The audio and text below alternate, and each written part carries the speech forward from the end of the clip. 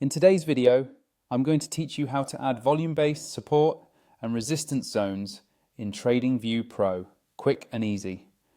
By the end of this walkthrough, you'll know exactly how to load the right indicator, configure it properly, and start using these zones to better understand where price is likely to react on your charts. First, make sure you're logged in to your TradingView Pro account and have a chart open for any market you want to analyze, whether that's stocks, forex, crypto, or indices. Once your chart is up, look toward the top of the screen for the Indicators button. This is where all the built-in and community indicators live. Go ahead and click on Indicators to open the indicator menu. When the Indicators window appears, you'll see a search bar at the top. Click directly into that search bar so you can start typing. This is much faster than scrolling through long lists, and it helps you find exactly what you need without getting distracted by other tools. Now type the phrase volume-based support and resistance zones into the search bar. As you type, TradingView will automatically filter the results below.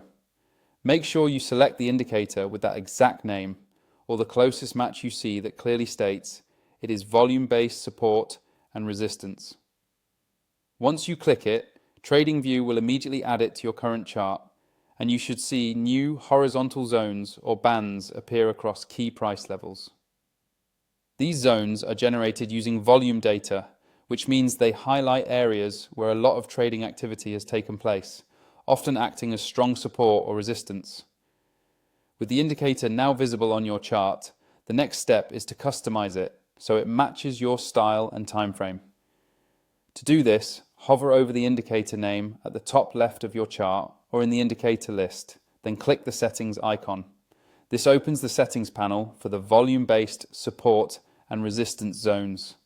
Inside the settings, you can usually adjust how many zones are displayed, how far back in time they're calculated, and the colors or opacity of the zones themselves.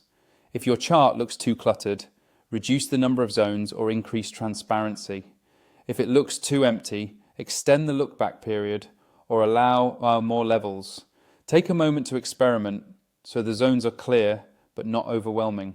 Finally, if you haven't upgraded to TradingView Pro yet and you want access to more indicators, more alerts, and an overall smoother charting experience, use the sign up link in the description below this video. Once you're set up with Pro, repeat these steps on any chart to quickly add your volume-based support and resistance zones and integrate them into your trading routine.